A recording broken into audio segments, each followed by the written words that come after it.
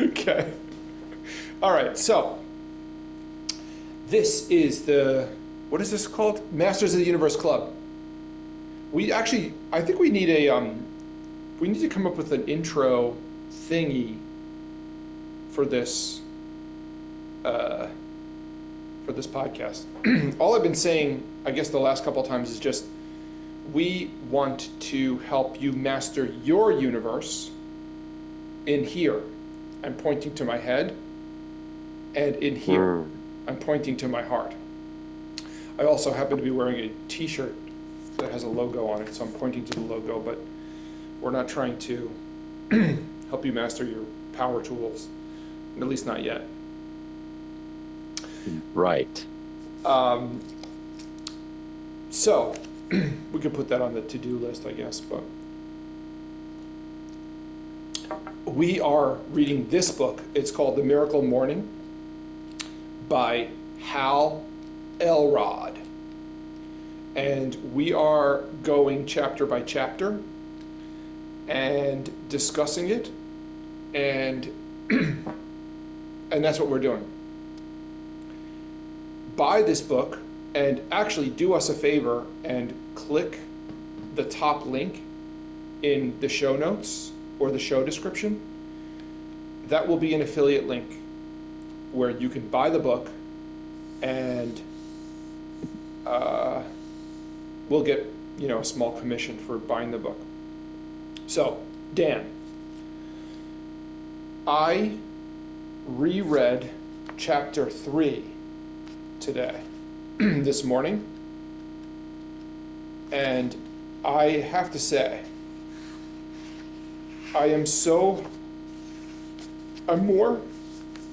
this chapter 3 is called the 95% reality check, and I'm more sure now than I have been before that this is the best first book to read for anyone's self-help journey, or like care journey. Every chapter I read, I feel more and more convinced that this is the best first book to read. How do you feel about that statement? Well, so I have a different perspective, since this might be one of the first ones I read in this genre. Okay.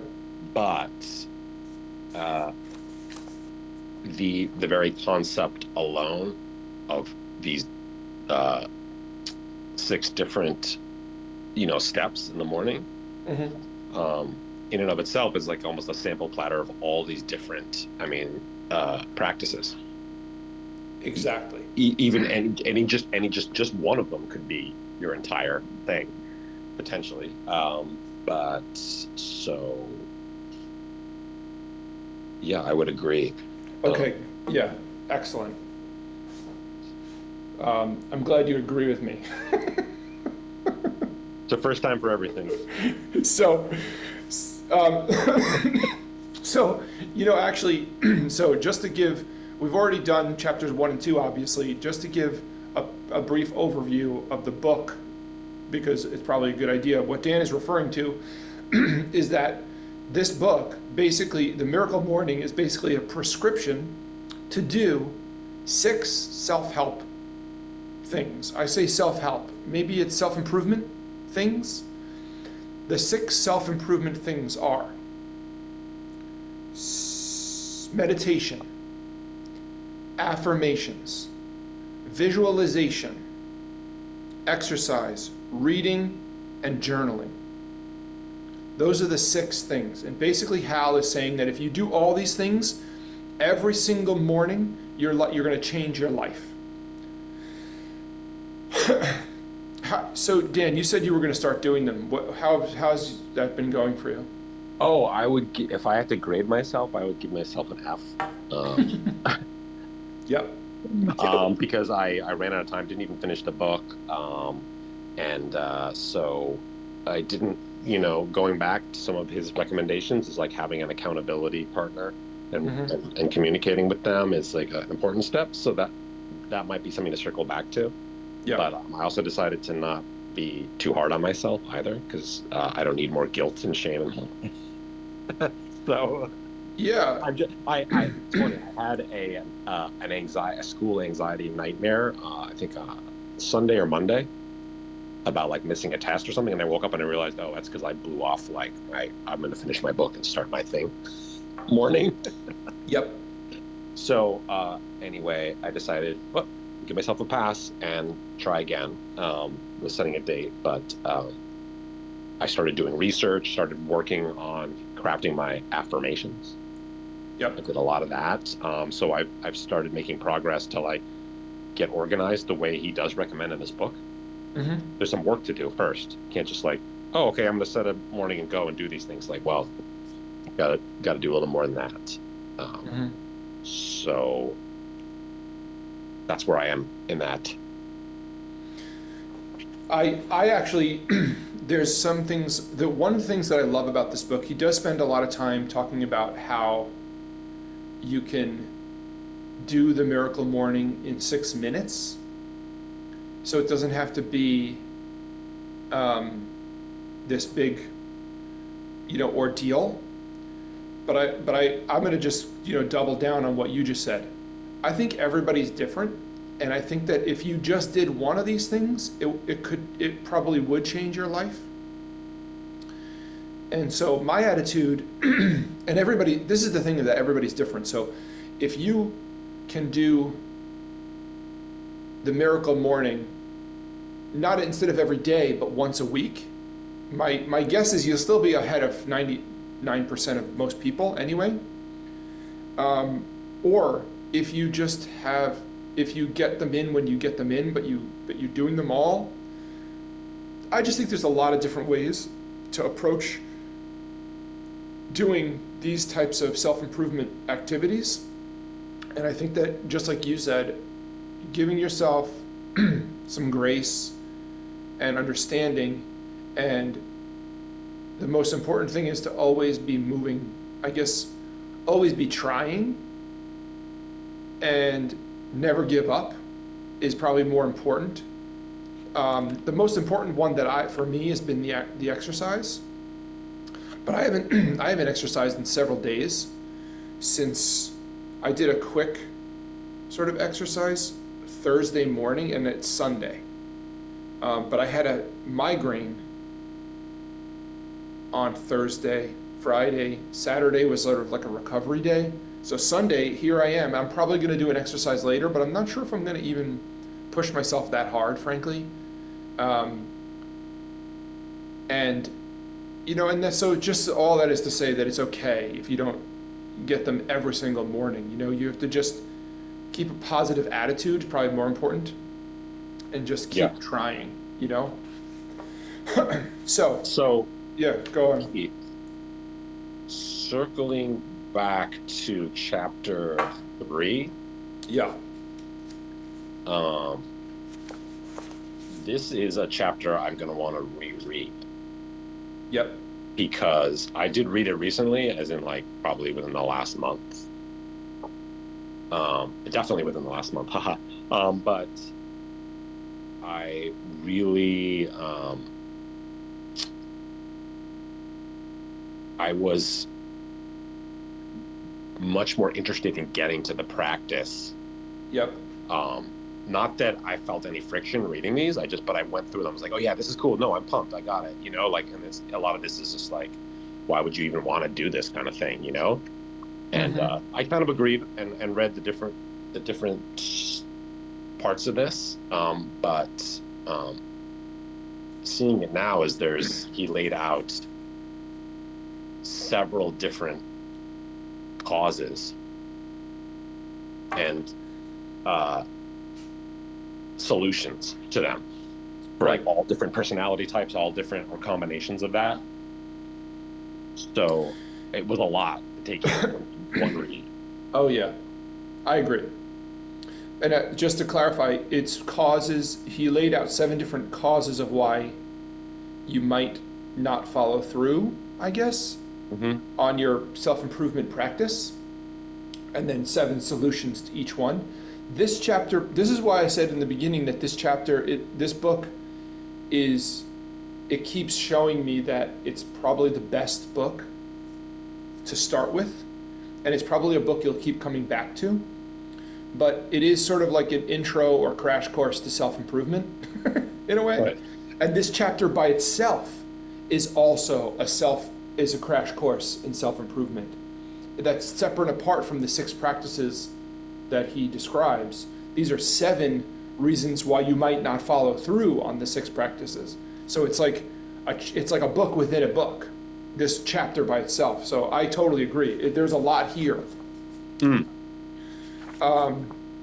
So I picked out a few things to read. Just a couple of quick points, I guess. There was one about mediocrity and how you should reframe mediocrity. And basically the book says that only 5% of people actually achieve anything that's above basically the average of what people achieve. So basically, and it's hard to not sound like you're putting a value judgment on it, but only 5% of people really achieve like a great life, statistically speaking. Mm-hmm. His belief is that it's possible for everyone to. That's a whole other subject, frankly. But he uses the term mediocrity to describe basically everybody but those top 5%. It's like you're either mediocre or below. It's like, let's just say for argument's sake that there's no value judgment in there, and that people can't choose a life that doesn't. You can choose a life that, I think he does go into this. You can choose a life that doesn't mean, that you're not a billionaire, or you're not a TV star or something like that. Being a good parent simply, or just getting better every day, is a goal. And I think he would agree that only 5% of people really even try to do that. Maybe, I don't know. But he says everybody that's not in that group is basically could be described as mediocre, but you want to reframe the term mediocre and basically say, well, mediocre versus my potential, right? It's whatever, the comparison is the thief of joy, I think is the term. Yes. The phrase. Yes. Well, you don't want to think of it that way, right? You don't. But it does say, step 1 to this whole process of acknowledging the 95%. Mm-hmm. It's not just financially. So you've got your physical state, your mentally, emotional, and mental state, mm-hmm. your relationships, relationally, and right. then, of course, it does include financially. Right. So your emphasis could be, your financial goals could be, I make enough to feed myself and be healthy. If that's all you need financially to then have great relationships, a great mental, emotional state, and be physically fit, mm-hmm. then you are, in the top 5%. mm-hmm. Potentially, and not becoming wealthy, because that might have nothing to do. Wealth might make you unhappy, mm-hmm. for whatever reason. More money, more problems. Right? As they say. So within reason. Right. No, of course. You need resources. I actually don't believe that, but I also believe that people have. It's something that we don't need to go into too deeply today. Sure. But there is a lot to be said for being an emotionally healthy and happy person, mm-hmm. and how no amount of money is going to solve that. And as a matter of fact, there are situations where more money will hurt. And so it's not just one thing that's going to make you feel happy. It's a holistic viewpoint. Yes. Were you going to say something else? No, I was going to say, if you don't agree with something that I say, then that is gold. Let's dig in on that, because then we're having a debate, or maybe realizing something new. I agree. So what What didn't you agree with there? No, I didn't. It wasn't that I disagreed Yeah. at all, actually. Oh. I did agree, so there's not. Well, that's boring then, okay? So moving on. Yeah, I know. Oh, so there was something that I thought would be interesting to just touch on, but for the Yeah. sake of this channel and for the sake of this brand, Yes. is that he writes, when researchers from Cornell University asked thousands of people on their deathbeds to name the biggest regret of their life, 76% of participants had the same answer: not fulfilling my ideal self. And then, so basically he goes on to say 3/4 of the population regretted their life in what I would view to be somewhat of a fundamental sense. And he said that people on their deathbed went on thinking to themselves, I wish I'd had the courage to fulfill my potential and live the life I was capable of living. I think that says a lot about, number one, I think what our mission, first of all, I'm just going to go back to the fact that I still think this is probably the best starting book. And what I'm envisioning eventually for this brand and for this project that we have is that it's not just a channel, but it's also a coaching program or an educational program and with a syllabus. And this could be the first book of the syllabus, right? This could be semester 1. You know what I mean? Yes. And so that's something that, and just the fact that 75% of the people are there based on what I presume to be a legit study or that means that there's a huge market for it. And we want to do good in the world. And I do think people can improve their lives. And I do think that, so that's part of the motivation for it all. So I just wanted to call that out. You have any feedback on that? No, that's... I'm right there with you, yeah. There was another thing that I thought was interesting was that he called out, so like you said before, there were 7 causes and effects for people not following through on their self-improvement journeys. And there's this little thing here, this is just a blurb that he says, on any given day, the average person thinks between 50,000 and 60,000 thoughts. The problem is that the majority of our thoughts are the same or very similar from one day to the next. And this causes us to develop thought patterns. We habitually think the same thoughts and generate the same feelings and moods day after day. So that's so powerful. Just when I read 50,000 and 60,000 thoughts, I was like, holy crap, that's a lot of thoughts per day. But I know it's true because I can reflect on my own life experience and how many thoughts. I mean, if the average person has 50 to 60,000 thoughts, on certain days, I may have 100,000 thoughts personally, because I'm my brain is just sort of like, it just goes off. And just, it's sort of like realizing you have a problem is the first step in, fixing the problem. You know what I mean? Yes. And I do think that this is probably one of my big problems. And I wanted to say it out loud because I'm sure I'm not the only one. And I think that it's probably important just to say, okay, well, you can change your thoughts and therefore manifest different emotions. And that's going to be healthy, right? You're going to have less cortisol. Your emotions will be more balanced. You'll be more productive. You'll just be happier. And just from a standard of life sort of position, why wouldn't you want to be happier, And the fact that you can notice your thoughts and change them is very, very powerful. And that was his step 1. Was having this, what he refers to as rear view mirror syndrome. Right. So, you want to chime in, or should I keep going? No, I'm just thinking that I'm just going to reiterate. I need to reread this chapter.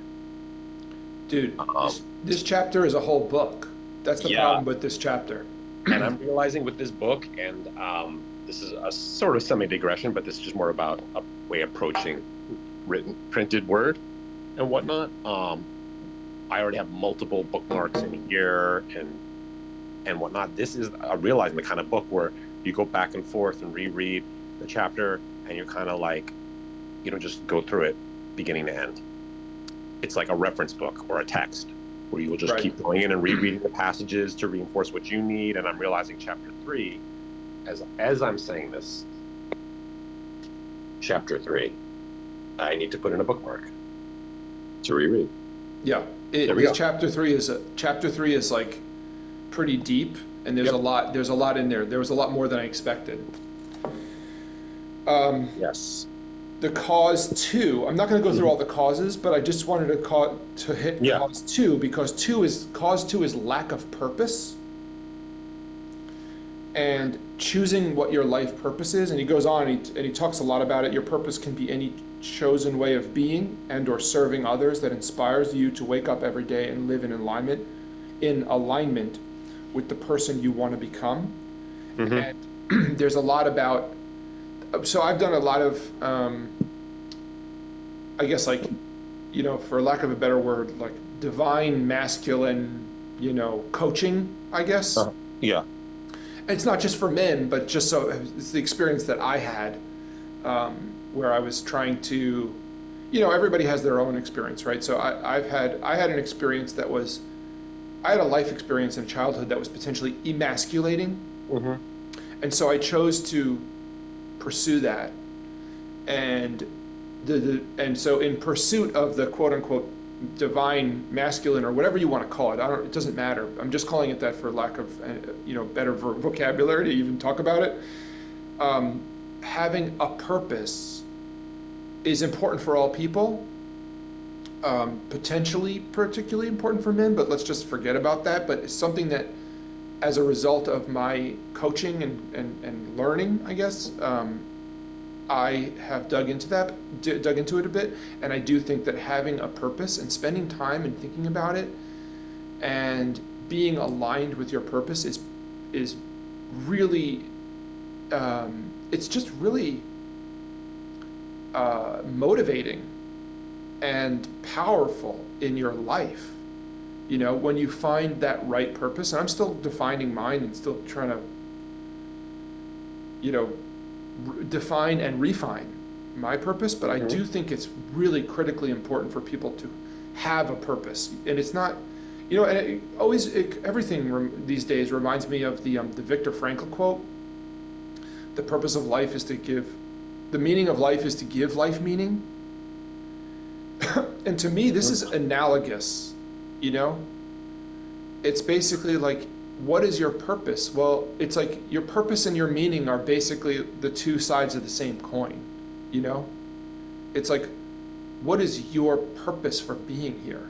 And that's the powerful thing of being a human being, is that it's not something for you to, and he says it in this chapter, it's not something for you to discover.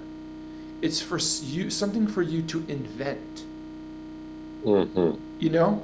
And that's what we have, like, that's what we're here. Not, it's, who knows what we're here for, but it doesn't matter what we're here for. We can do it. And if we can do it, I don't know if we should or we shouldn't, but I can tell you from my own personal experience that it's been a very motivating and empowering thing to try to define my own personal purpose in life. Amen. So that's his number 2. I would probably, if I was writing this book, I would have put that as number 1. But, you know, I don't know, to each his or her own. That's the beauty of this chapter, really. It's written for everyone, and people are so different. So I think that's the whole purpose of the chapter. As you read through this list, and I can tell when he's writing, like, you're meant to zero in on a couple of these. Like, maybe you're reading, like, oh, I can see my friend or loved one or whoever embodied by that statement, but this is the one that is connecting to me, or these are the few that are like closest to me here. Yeah, exactly. So because he says 7, he lists 7 of them, and he writes, the chapter is, you know, there's a couple of paragraphs about each sort of hang up, and there's a couple of paragraphs at least about each solution, but you might not be experiencing all 7 of them. One of them might be your major malfunction, and the others might be moot for you. But that's why he goes through all 7. And also so what you said before about this book being kind of like a text or like a reference book, I sort of do think if we go and we think about what we're doing here as sort of building a syllabus for self-improvement, you could use this book as the intro. This is your 101, but then each subsequent course will drill down, and we could read Dave Asprey's meditation book, or we could read a book about like functional movement or walking, for the exercise portion. And then actually there's nothing in here about nutrition, right? That's true. That's no, that's not quite true. Okay. It's not quite true. He does say the very first thing you do after you wake up, your eyes open up, you gain consciousness. Yeah. Drink a glass of water. Mm-hmm. So that would be nutrition.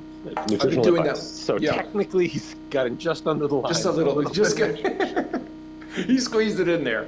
He did, but it actually is literally something I do now. I wake up, I stumble over to the coffee machine, which is usually coffee there. Yeah. And then I'm like, wait. And then I go back to the cupboard and I get a glass of water. I pour it out and I drink it down. I'm like, much better. And then I have my cup of coffee. Totally. So this book has already changed my life, Keith. In the most minor and mundane way. Yeah. Well, actually, sometimes even a little thing like that can make a huge difference.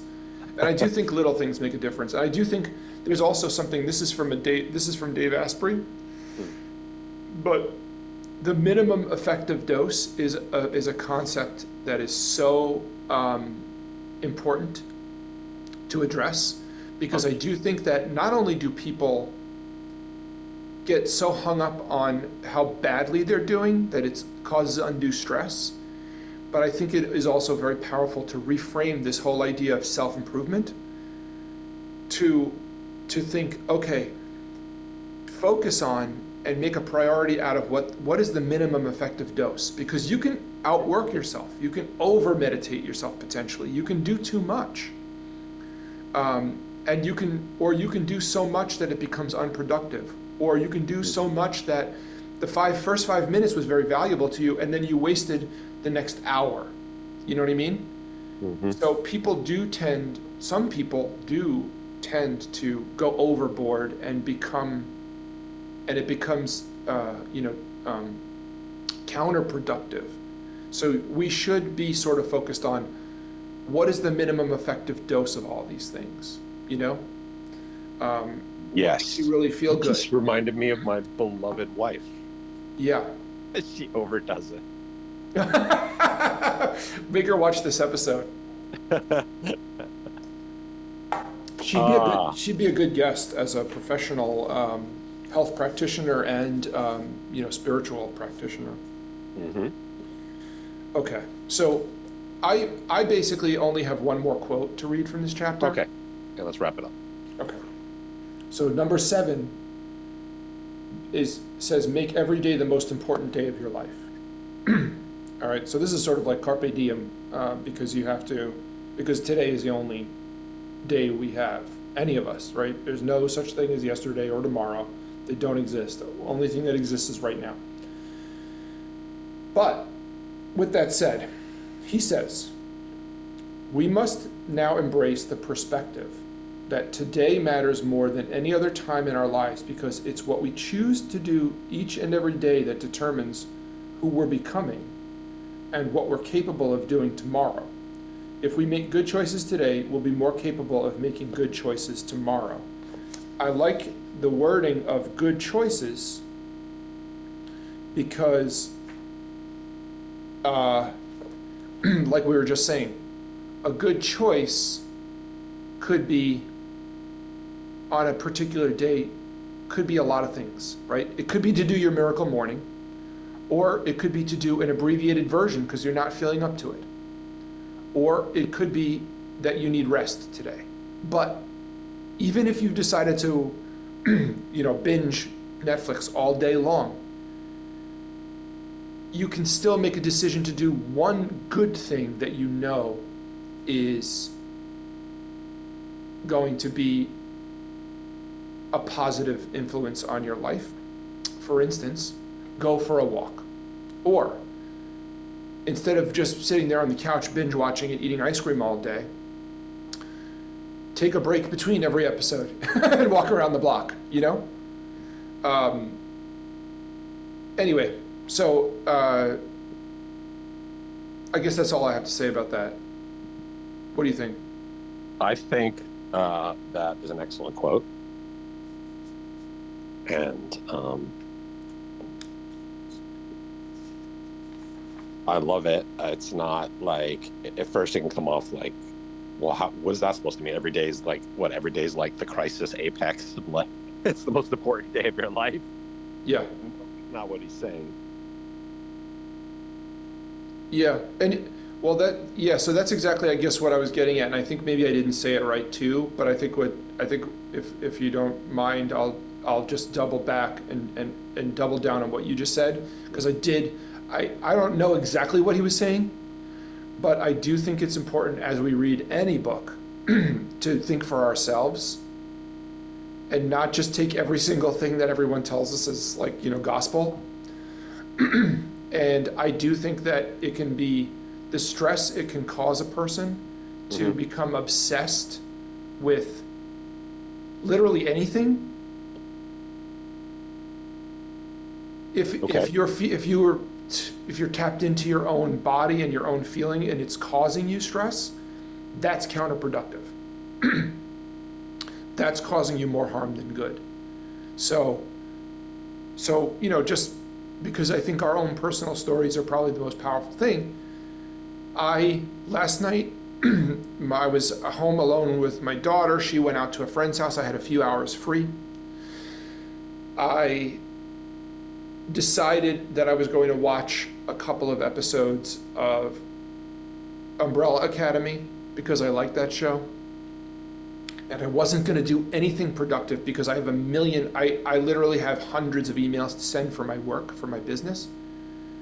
And I've just been bogged down sending these emails out. They're basically marketing emails.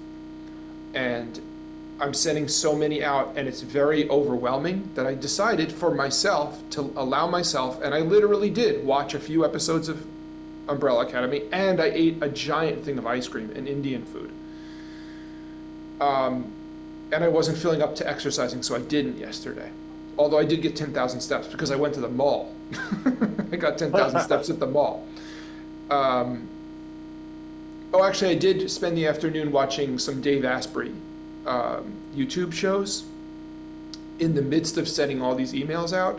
And I did decide to walk on my treadmill while watching the show, too.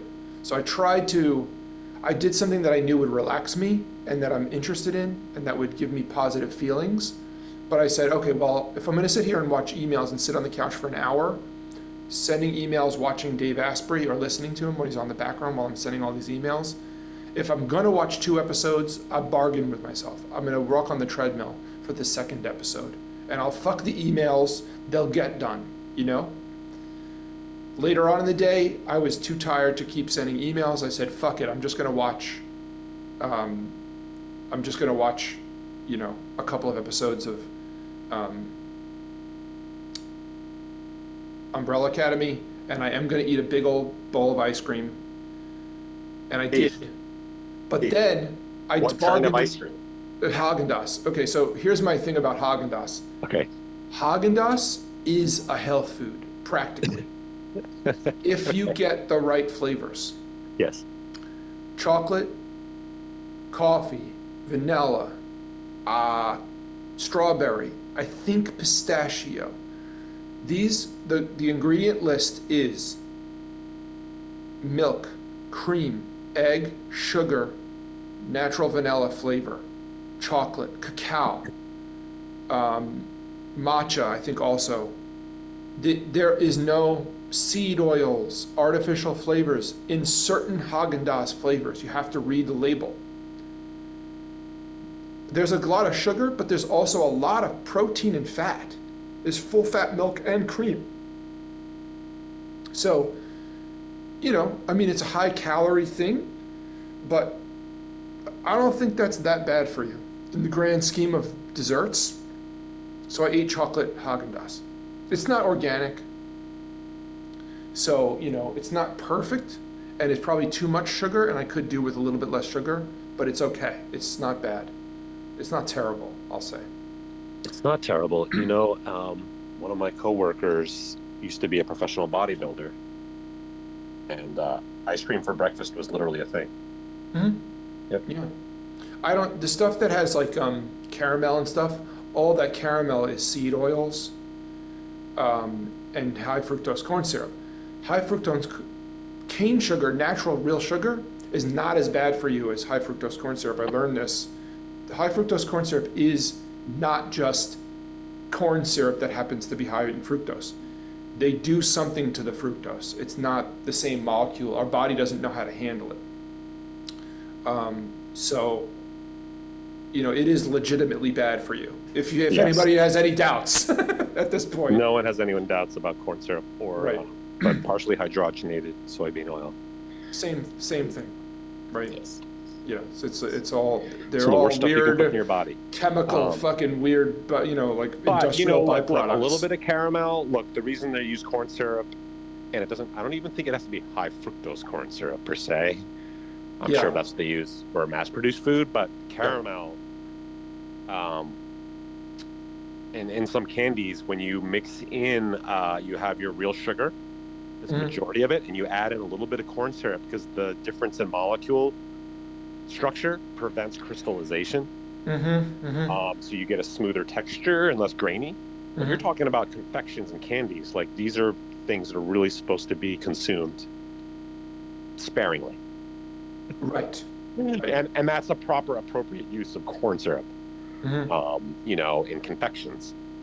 You know, Well, but the reason I don't trust a beverage, you Right. should never use corn syrup in a beverage. You should use sugar. Right.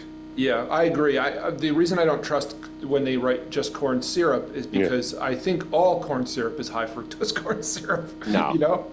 But either way, well, I feel don't sick trust after it. I eat caramel. When I eat caramel ice cream, I feel sick. Oh, you do? Yeah, it's so much sugar, so many Yeah. different sugar. I mean, you have the sugar, you have the corn syrup, and just the sheer quantity of sugar calories. Yes. It's just too much for me. Right. Right. It's just too much. Yeah, I get sick from sugar too sometimes if I eat too much, especially like a baked good that's high in sugar, and who knows what else is in there too. Oh no, that's like beer. anything like That's shelf stable just give me cookies and donuts. things. Just Yeah. donuts, glazed donuts, full of sugar. Yum yum yum yum yum. Yum, yum, yum. All right, so let's sign off. Let's leave it on. Let's leave it with that. Donuts. There's the Donuts. Great. Everyone, thank you for, once again, this book is fantastic. I mean, I so highly recommend the book. You can Yes. buy it through our affiliate link and we'll get a small commission. That's Yes. wonderful if you do. Yes. Please like and subscribe. Please leave a comment. If you think we're assholes, leave a comment. Or weirdos, just like weird, Weirdos. boring weirdos. I mean, that's just obvious. Don't waste your time. All right. All right, dude. Next time. Bye. Later.